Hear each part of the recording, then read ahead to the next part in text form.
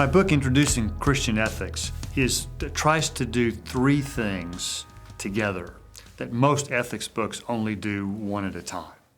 So it provides a theological framework for Christian ethics and really sets it and grounds it theologically.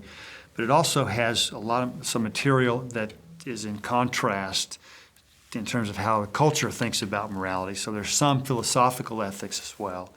And then we have the last half of it is the application of our theological framework to some of the most pressing moral issues of the day.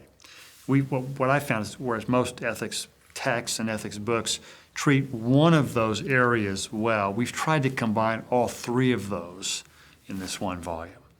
My book, Introducing Christian Ethics, I think would fit really wonderfully in a church. For one, it's at about the right size, I think, for the average person in the church, and it tackles a lot of the contemporary ethical issues that people in the church are really interested in, and yet treats it in sufficient depth to be satisfying.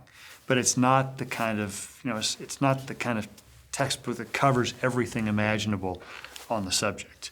And then even separate chapters, I think, would be relevant for people who are going through different specific things. For example, the chapter on infertility and reproductive technologies would be ideal for a couple that's wrestling with infertility.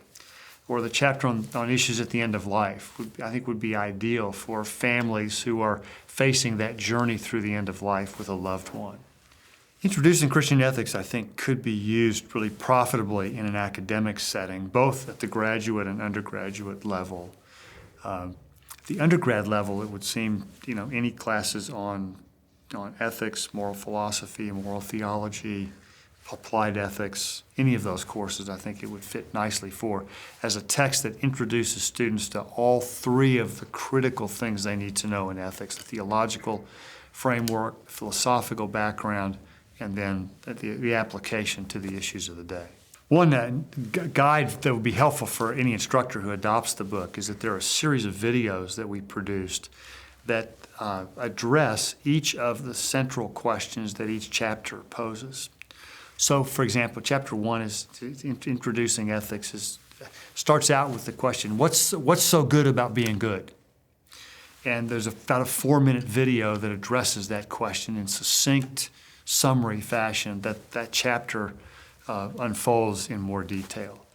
And so the chapter on, and some of these questions are a little more on the provocative side too, because the chapter on death and dying at the end of life, I think the question is posed, what's wrong with people exercising a right to die? What's wrong with assisted suicide being legal? So we give about a 3 or 4 minute segment that addresses that question. And so, for example, the chapter on the death penalty has a video that goes with it that answers the question. Don't most people think the death penalty is just a barbaric holdover from when we were uncivilized? And so it's a real succinct summary in those videos of what's unfolded in more detail in each of those chapters.